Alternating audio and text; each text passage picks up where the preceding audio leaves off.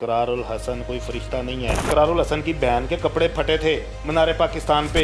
तुम बकवास कर रहे हो। तुम अवाम को, अगर वो तुम्हें सुनते हैं घटिया इंसान, तुम गुमराह कर रहे हो उनको। बच्ची नशे में थी, ये हो सकता है, हाई कोर्ट में भी नशे में थी। और ये जो इकरारुल हसन जैसे बच्चे होते हैं ना, ये अपनी बीवियों के ऐसे थल्ले लगे होते हैं जिस तरह आंटी थल्ले लगी होती है। दुआ के पेरेंट्स को नजर नहीं आता। वो तो बेवकूफ़ आदमी है, मैं उसके ऊपर क्या बात करूँ। बिल्ली की और मेहदी काज़मी की 7वें आसमान पे सुनी जाती है। तुम्हें आ ही ना लग जाए इस बंदे की। अस्सलाम वालेकुम, आप टीवी से मैं हूं फैसल खान सूरी। मेरे साथ सीनियर एडवोकेट जाफी साहब मौजूद हैं। आज का जो फैसला आया है, दुआ और ज़हीर का निकाह मुतनाज़ करार दिया गया है सिंध कोर्ट की जानिब से। और जाफी साहब इस बारे में क्या पॉइंट ऑफ व्यू रखते हैं और इनसे बहुत से सवालात और भी करेंगे। सर, कल एक व्लॉग सामने आया जिसमें एक एंकर पर्सन, बहुत सीनियर एंकर पर्सन, हम सब के मोहतरम हैं, उन्होंने कहा है कि ज़हीर का ताल्लुक़ एक गैंग के साथ है। इसकी वालिदा वो जिस्म फरोशी के लिए उस बच्ची को कराची से वरगला कर यहाँ पर लेकर आई लाहौर, और उससे 2 नंबर काम करवाना चाहती थी, गलतकारी करवाना चाहती थी। अगर दुआ के वालिद मोहतरम ये स्टेप ना उठाते, मीडिया ट्रायल ना करते, तो आज दुआ किसी जिस्म फरोशी के अड्डे पर होती। इकरारुल हसन की आप बात कर रहे हैं। अल्लाह पाक ने जो इज़्ज़त उस बंदे को दे दिया पाकिस्तान में, कम लोगों को अल्लाह ने दी है। जब अल्लाह आपको ये मनसब दे देता है ना, तो आपको पार्टी नहीं बनना चाहिए, ठीक है। और ये जो इकरारुल हसन जैसे बच्चे होते हैं ना, ये अपनी बीवियों के ऐसे थल्ले लगे होते हैं जिस तरह आंटी थल्ले लगी होती है। वो फ़रा इकरार के, क्या नाम है इसका बीवी का, वो एक डंगर डॉक्टर है, उसके साथ बैठ के हर वक्त फतवे दे रही होती है।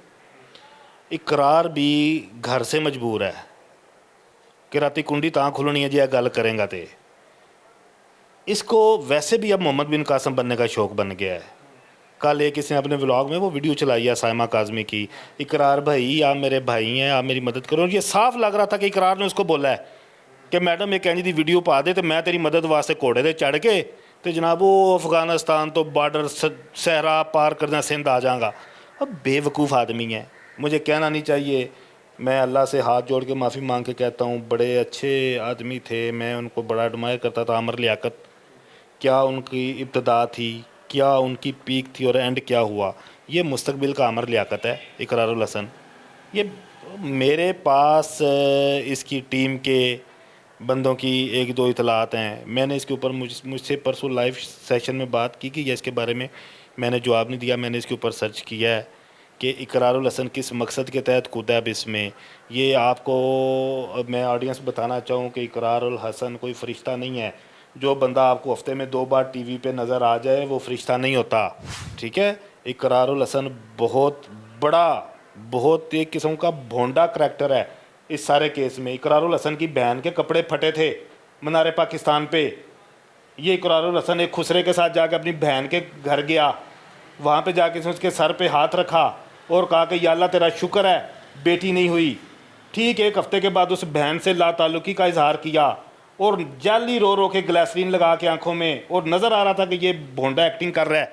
इसने कौम से माफ़ी मांगी, इसको अभी भी माफ़ी मांगनी पड़ेगी। इस टांस के ऊपर भी इसको माफ़ी मांगनी पड़ेगी। इसने क्या कहा है कि इस दुआ को बेचा जा रहा था। मैं इमीडिएटली इकरारुल हसन से मुतालबा करता हूँ आपके शो में कि इकरारुल हसन वो बताए कौन बंदा ख़रीद रहा था। कहीं इकरारुल हसन की फुफ्फो बेबो की रोशनी तो नहीं खरीद रही थी? कौन ख़रीद रहा था? तुम बकवास कर रहे हो। तुम अवाम को, अगर वो तुम्हें सुनते हैं घटिया इंसान, तुम गुमराह कर रहे हो उनको कि इसको बेचा जा रहा था, तू खरीद रहा था उसको। हद हो गया, इतना बड़ा तेरा नाम है। जब वो क्या कहते हैं रूज पाते हैं तो औकात भूल जाते हैं। ये आदमी है, ये सारे वो कुत्ती चोरों के साथ मिल के शो करके ये हीरो बन गया है। बड़ी इज्जत थी इस बंदे की, मैं भी बड़ी इज्जत करता था, एडमायर था इससे मैं। लेकिन इसने इतनी घटिया बात किया कि दुआ को बेचा जा रहा था। मेरे पास सबूत है, सबूत दे ना। घर में रखे हुए अलमारी में, लोगों को गुमराह कर रहे हैं। लोग भी नीचे हमारे इस तरह के बेवकूफ़। इकरार भाई आ गए, इकरार भाई ने कह दिया तो अब अगवाही है। इकरार को इस बात में डाला गया। इकरार ने 2 बंदों के कि खुदा के लिए मेरा इंटरव्यू करवा दो। दुआ और ज़हीर ने नहीं इंटरव्यू करवाया, मेरे से पूछा है। मैं कह रहा हूँ मेरे से पूछा उन्होंने कि जब सब इकरारुल हसन इंटरव्यू के लिए कह रहा है, मैंने मना किया है कि तुम एक नाकाबिल एतमाद शख्स हो, तुम्हारे पास एक बहुत बड़ी टीम है, तुम तमाशा ये कर सकते थे कि दुआ को वहाँ से अगवा करते, ज़बरदस्ती अपनी टीम के 2-3 बंदे शो कर देते कि जी ये गैंग है, इसके कब्ज़े में थी दुआ, उनको तुम अंदर करवा देते, बाद में मिल मिला के सेटिंग करके उनको बाहर निकाल देते, दुआ को ले जाते, क्या करते। ये कर सकता था, इसने किया नहीं इस तरह। इसने जितने शो किए, सिंध असम्बली वाला शो याद है आपको? और आदमी, तुम्हें सारी दुनिया जानती है, तेरी कौन तलाशी लेगा? तू अपने डब के साथ पिस्तौल लगा के सिंध असम्बली में जा रहा है, बाद में तू जाकर निकाल रहा है। वो छितरोल हुई थी इसकी, पता है आपको? इसकी उन्होंने असम्बली में भी छितरोल की थी, थाने में ले जाकर भी इसकी छितरोल की थी। ये बताएगा नहीं कि ज़रा इसकी बेइज्जती हो जाएगी ना। उन्होंने छितरोल करवाई थी इसकी, उन्होंने तेरी ऐसी थी तैसी, तेरी और तलाशी ऐसी की लवी है। इसी तरह का ये रोल प्ले, ये बेसिकली इसको उन्होंने इंटरव्यू करने इसलिए चाहता था। ये एक बाकायदा एक इसके पीछे फैसल बहुत बड़ी साजिश अब शामिल हो चुकी है। हुकूमत को नोटिस लेना चाहिए। हम जो यहाँ पे बात करते हैं, हम आपके पास गेस्ट आते हैं, तज्जियाकार आते हैं, मैं वकील हूँ, अपनी ओपिनियन लेके आता हूँ, लेकिन आपके ऊपर गिरफ्त है। इसी तरह जब हम कोर्ट में होते हैं, हमारे ऊपर कोर्ट की तरफ से कानून की होती है कि हमें हमारी कुछ जिम्मेदारियाँ होती हैं। लिहाजा ये सहाफ़त की बहुत बड़ी तजलील की है इस बंदे ने कि जी क्या कि जी अब मैं आपको बता रहा हूँ। यार तू कौन है? इसके शो में कुछ 60 दफ़ा इसने बोला है जी मैंने इन्वेस्टिगेट किया है, जी मैं कह रहा हूँ। जो तू है कौन है? एक साफ़ी है तू, सिर्फ अल्लाह ने तेन इज़्ज़त देती है, चैनल तेन अच्छा लग गया। Who you are? मैंने इन्वेस्टिगेट किया। तू एजेंसी है? तू IB में है? तू ISI में है? तू पुलिस में है? क्या है तू? एक लोगो पकड़ के तेरी अपनी शनाख्त क्या है? क्या उसका आप व्लॉग देखा? मैंने इन्वेस्टिगेट किया है। और बेकार आदमी, तू हमारी पुलिस फोर्सेस, हमारी इंटेलिजेंस के ऊपर क्वेश्चन मार्क लगा रहा है। तू उनका कि वो 3 माह से जिन्होंने इन्वेस्टिगेट किया है, 2 सूबों की पुलिस लगी है, 2 IG सिंध के बदल गए हैं, ठीक है, तू जजिस को चैलेंज कर रहा है। घटियापन की इंतहा इस बंदे की। फिर मैंने कहा जी मैं ईद के ऊपर मुलाकात कराता हूँ, तू क्या? मैं अब सूरी साहब गुस्सा नहीं करें, जो अभी जो नहीं, आप गुस्सा नहीं करें। सर नहीं, मेरी यार सुनो ना, बर्दाश्त करवायो मेरे को तेल साड़ के 250 रुपये लीटर। सुनो, इकरारुल हसन कह रहा है कि जी मैंने कहा आपकी जगह, आपका मकाम, आपका सारा कुछ मुलाकात करें। भाई क्यों कराएं? जा नहीं करवाते तेरे कहने पे। तू कौन है? तू से कमेंट्स भी आते हैं कि इकरार से क्यों नहीं मुलाकात करवा? नहीं, तू ज़हीर का मामा है, तेरी बात मानने ज़हीर। मैंने मना किया, मैं ऑन एयर कह रहा हूँ, मैंने मना किया इस भोंडे इंसान को इंटरव्यू ना देना। ये तुम्हारे खिलाफ कोई गेम कर देगा, और इसने गेम कर देनी थी, ये आप भी समझते हैं। इसने अपने प्लांटेड लोग डाल के इसने वहाँ पे माहौल ऐसा बना देना था कि इसने कोई ना कोई गेम कर देनी थी, इसने वहाँ से दुआ को उठा लेना था। मैंने मना किया था दुआ और ज़हीर को। ये बेवकूफ़ इंसान है, लोगों को अजीब इसने पीछे लगाया हुआ है, और इसको प्री प्लान्ड यहाँ पे घुसाया गया है। मेहदी काज़मी का चूरन बिकना बंद हो गया था सूरी साहब, मेहदी काज़मी का चूरन बिकना बंद हो गया था। लोग जो हमारा स्टांस है उसके ऊपर लोग उसको फोकियत दे रहे थे। मेहदी काज़मी के पास कुछ नहीं बचा था बेचने के लिए। इस मौके के ऊपर पहले उसने उलमा कार्ड खेला, वो उसके अगेंस्ट हो गया। अल्लामा शहरयार आबदी ने कह दिया निकाह जायज़ है। अल्लामा शहनशाह हुसैन नकवी ने कह दिया जी मैं मीडिएशन का किरदार अदा करता हूँ, इनकी सुलह करवाते हैं, और इस बच्ची को बाकायदा भिजवाने के लिए तैयार हैं। एक अल्लामा है हमारे, मैं नाम नहीं उनका लूँगा, जवाद, खैर मैं बता देता हूँ क्या, मैं पहले भी ले चुका हूँ नाम उनका, अल्लामा जवाद नकवी साहब, उन्होंने दुआ को फाशा तक कह दिया। ये सारा कुछ कौन करवा रहा है? मेहदी काज़मी। अब उलमा से ये कुछ ना बना, फिर मीडिया पे आया, सोशल मीडिया पे एक प्लेटफॉर्म जहाँ पे मैं आजकल लाइव आ रहा हूँ, मैं वो आपके शो में उसका नाम नहीं ले सकता, आपकी पॉलिसी होती है, वो एक शो इसकी पूरी कंपेन के ऊपर उसने पानी फेर दिया है। और आप जैसे चंद जर्नलिस्ट जिन्होंने हकीकत देखी है, जिन्होंने जाके दुआ और ज़हीर का किया, इंटरव्यू किया है, उन्होंने इसकी पूरी कंपेन पे, इंग्लैंड तक से इसकी कंपेन चल रही है, उन्होंने पानी फेर दिया। ठीक है, अब क्या इन्होंने किया है, अब लोग जब उस चीज़ से हटे हैं ना, अब इन्होंने देखे, कोई भी तंजीम होती है ना, उस तंजीम की तरक्की का एक राज होता है कि वो इन्फ्लुएंस लोग जो होते हैं ना, जो लोगों को इन्फ्लुएंस करा, जो एक स्टार होते हैं, जो एक एक्टर कह लें, मॉडल कह लें, कोई सियासतदान कह रहे हैं, कोई आपका जर्नलिज्म शो, वो उनके ऊपर इन्वेस्ट करते हैं। मैं यहाँ पे अगर मसाले दूँ तो बहुत ज़्यादा मसाले हैं, लेकिन बहुत से लोग नाराज़ हो जाएंगे। ये प्री प्लान्ड इकरारुल हसन को यहाँ पे लाया गया है कि यार साड़ी और दुकान बंद हो रही है, तेनों लोग सुन लैणगे इन्नी की चवल मार आ, और बुढ़ी का कहने जाके उन्हें चवल मारती है। इसके पास सबूत होता ये लाजमी चलाता। ऑडियंस इसने अगर इसके पास कोई चीज़ आ जाए तो ये चलाता है, ठीक है, अगर इसके पास। लेकिन मैं कहता हूँ इससे सवाल होना चाहिए लोगों, आप जिन्होंने कल इसको फरिश्ता समझ के इसकी बातें पे यकीन किया, इसको बोलो कि वो बंदा बताए। इसने कहा ना कि बिकने लगी थी, जिसको लेट कर लिया गया, होल्ड कर, वो पार्टी बताए जो डील करवा रही थी, वो पार्टी बताए जो खरीद रही थी दुआ ज़ारा को। और ये कह रहा जी मैं कहता हूँ गैंग है। किधर भाई, तू कौन है, दिखा किधर है गैंग, कोई गैंग के नाम ही दे दे। कहता है मैंने 1.5 महीने इसके ऊपर रिसर्च की है और एक साइमा काज़मी से मैंने वीडियो बनवाई है 1.5 महीने में, और मैं मोहम्मद बिन कासम बन के इस आग में कूद गया हूँ।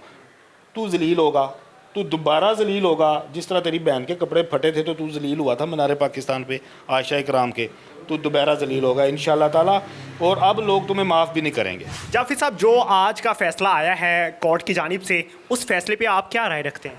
ये एक अच्छा फ़ैसला है कोर्ट का, लेकिन मैं यहाँ पे एक चीज़ क्लियर कर दूँ कि ये ज़हीर के निकाह के ऊपर, जो दुआ और ज़हीर का निकाह है उसके ऊपर असरअंदाज नहीं हो रहा। वो कैसे? ना ही ये उनके निकाह के बारे में है।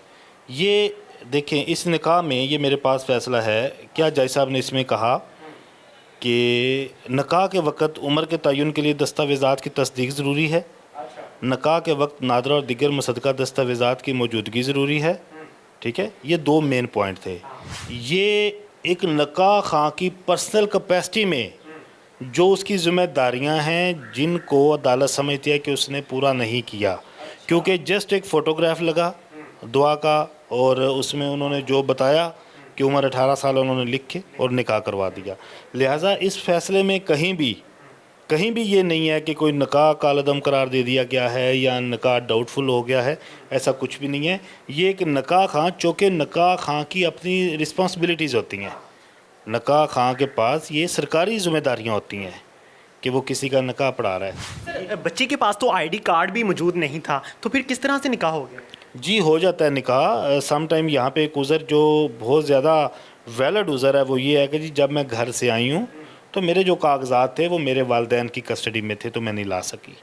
लिहाजा मोस्टली जो कोर्ट मैरिजेज़ होती हैं उसमें आईडी कार्ड नहीं होते। कोई बहुत से लोग मिठाइयाँ बांट रहे हैं कि अब निकाह ख़त्म हो जाएगा, अब ज़हीर और दुआ साथ नहीं रहेंगे, और ये भी साबित हो जाएगा कि ज़हीर का ताल्लुक़ एक गैंग के साथ। देखें मेरी बात सुने, अगर ये निकाह ख़त्म हो जाएगा, मैं ये ऑडियंस से सवाल पूछता हूँ, मैं इसके ऊपर आपको बताता हूँ ख़त्म होगा कि नहीं, लेकिन मैं एक पहले आपसे और ऑडियंस से सवाल पूछता हूँ कि अगर ये निकाह ख़त्म हो जाएगा तो जो 3 माह दुआ और ज़हीर इकट्ठे रहे हैं, जो उनका एक आपस में ताल्लुक़ बना है, वो उसको आप किधर करेंगे?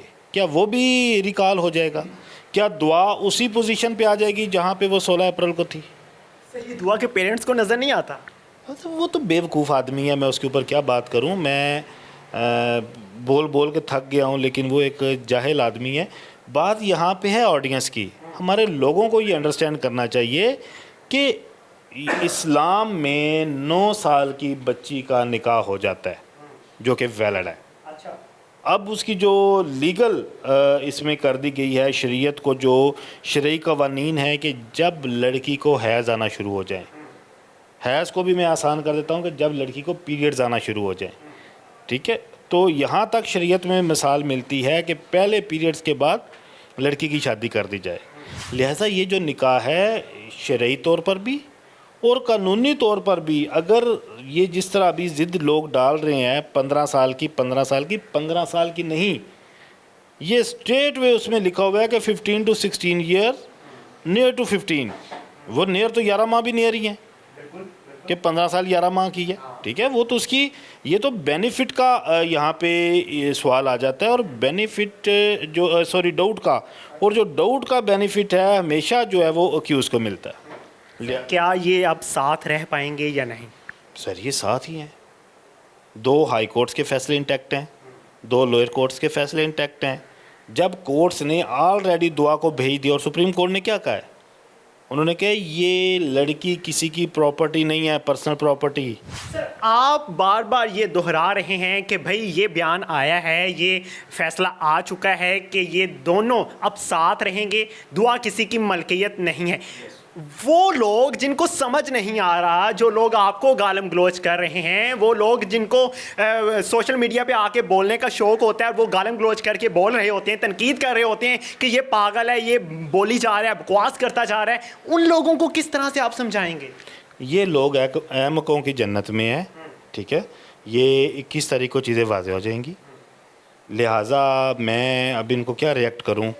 अब एक मेहदी काज़मी की बहन है, एक बेबो की रोशनी शायद, अच्छा, ये काज़मी साहब की बहन है? ये बहन है, बड़ी बहन है छोटी है? ये उनकी मुंह बोली बहन है। अब ये आपका काम है कि आप तलाश करें ये बड़ी है या छोटी है। इस तरह के लोग बैठ के गालियाँ में दे रहे हैं, फ़र्क नहीं पड़ता, इन लोगों की गालियों से कोई फ़र्क नहीं पड़ता।